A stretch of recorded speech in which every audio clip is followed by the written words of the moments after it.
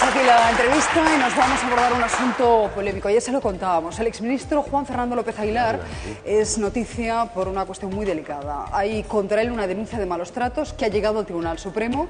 Hoy habla su exmujer, Natalia de la Nuez, ha concedido una entrevista a Vanity Fair en la que se refiere al exministro, a su marido, como un pobre atormentado, que le causa mucha compasión.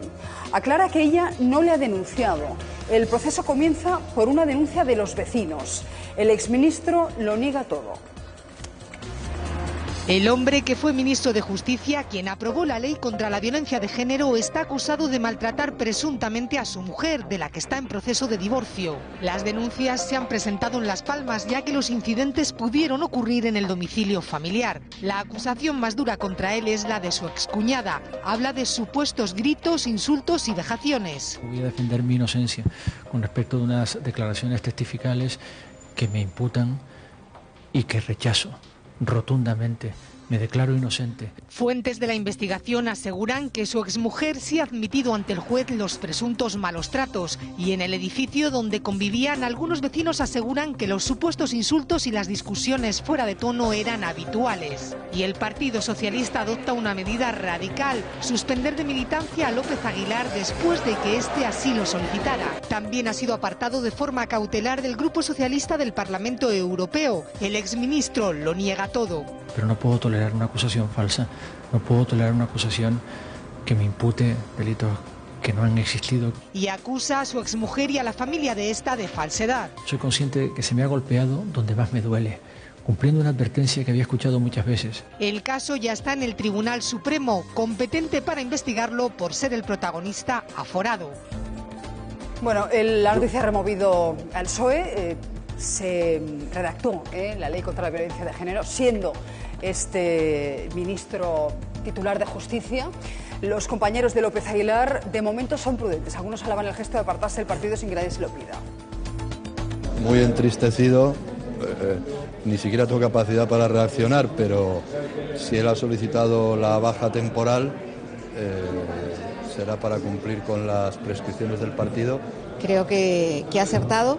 Y es verdad que hay que preservar siempre la presunción de inocencia, pero evidentemente él quiere hacerlo desde una posición de ciudadano. Sea cual sea la medida, por dura que la misma sea, casi ningún compañero va a mostrar posición contraria. Dependiendo de los hechos, cuando los conozcamos, no descartamos apartarlo también de sus responsabilidades en el Parlamento Europeo. Pero en todo caso debo hablar con una mezcla que tiene que darse siempre en estos casos, que es cautela y contundencia.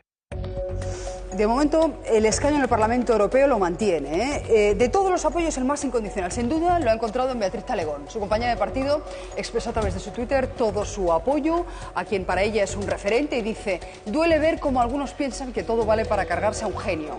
Destaca que López Aguilar ha solicitado la suspensión de militancia hasta que salga la sentencia, mientras otros siguen agarrados a su señor. Bueno. Pero vamos a ver. Vamos a hablar de los hechos, podemos hablar de los hechos.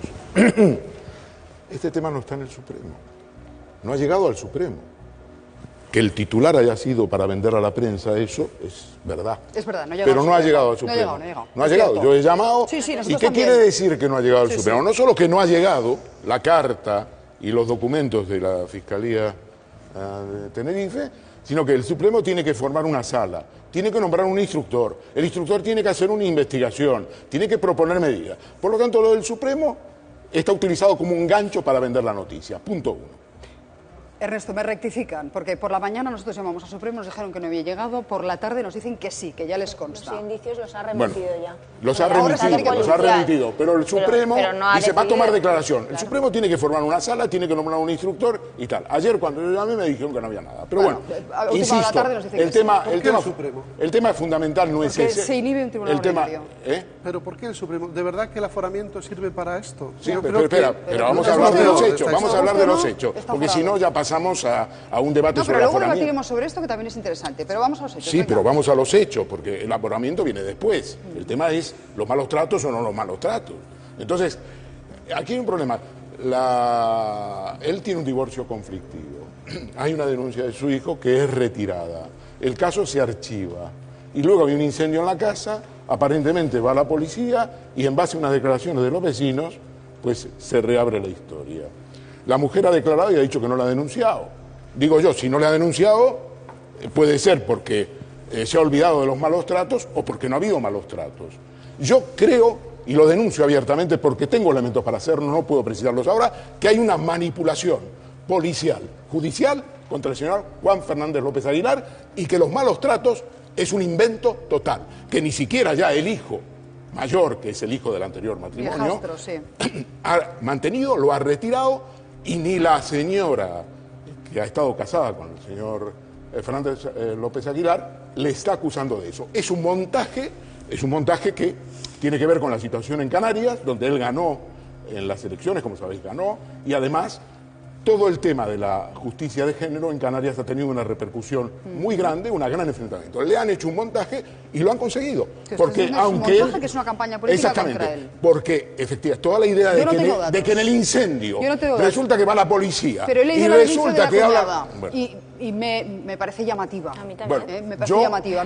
Yo denuncio aquí que es una campaña. Y tiene que ver con la situación en España, donde la labor de la justicia, los policías, hemos visto cambios en la policía en las últimas horas, de un señor que se dedicaba a ir a Cataluña para pedir cosas al margen de los juzgados. Hablas del comisario Villarejo, del que nos ocuparemos enseguida. No, y del señor de Blas. Y del señor de Blas, que fue allí a pedir la entrada de los internos, que ha sido también... Esto no es la política. A ver, yo no sé si ha habido o no ha habido malos tratos. Creo que es un tema muy delicado, que afecta, que tiene muchas consecuencias sociales, que es importante la concienciación y la ejemplaridad.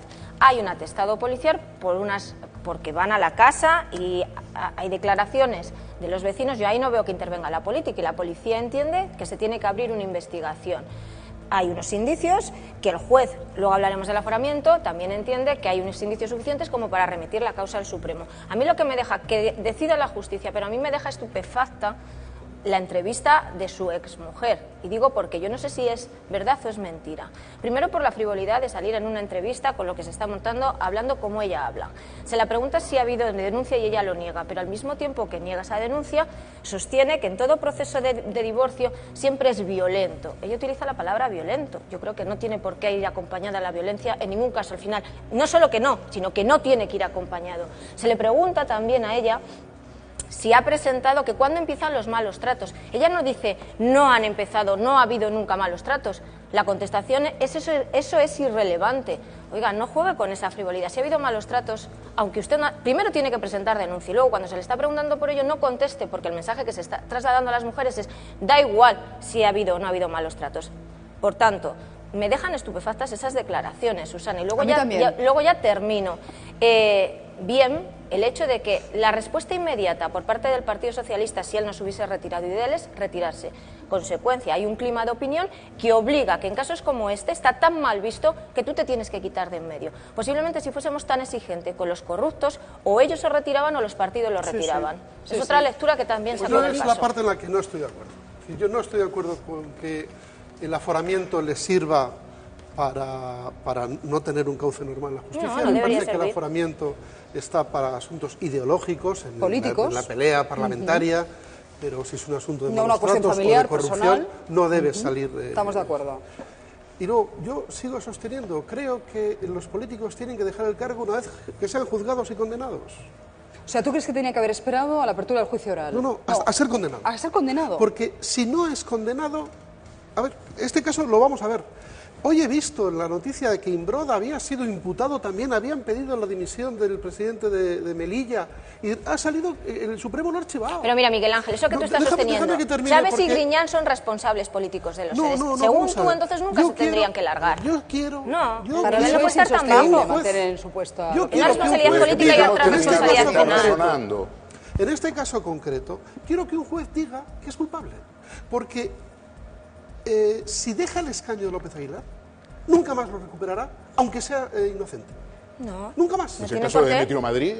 Bueno, y más. Pero tenemos ya muchos casos para saber que es verdad, yo no sé, Ernesto tendrá datos, a decir aquí hay una campaña política, no sé. Si lo hubiera, el que tiene todo de perder es López Aguilar. Pero yo estoy en el lado contrario. Yo estoy de acuerdo. Yo creo que ¿tú crees que el PSOE se puede permitir mantener en su escaño a López Aguilar sabiendo que es el padre, el autor intelectual de la ley contra la violencia de género? Sí. Otra cosa es que tú personalmente, ante una acusación, oye, levantarte una persona que descartaba que hubiese muchas denuncias falsas, de yo entender que, bueno, que eran minoría, que no eran cuantificables. Nuestra justicia y que ahora dice, soy víctima de una denuncia falsa. Un señor entra en el juzgado con la absoluta presunción de inocencia y sale o inocente o culpable.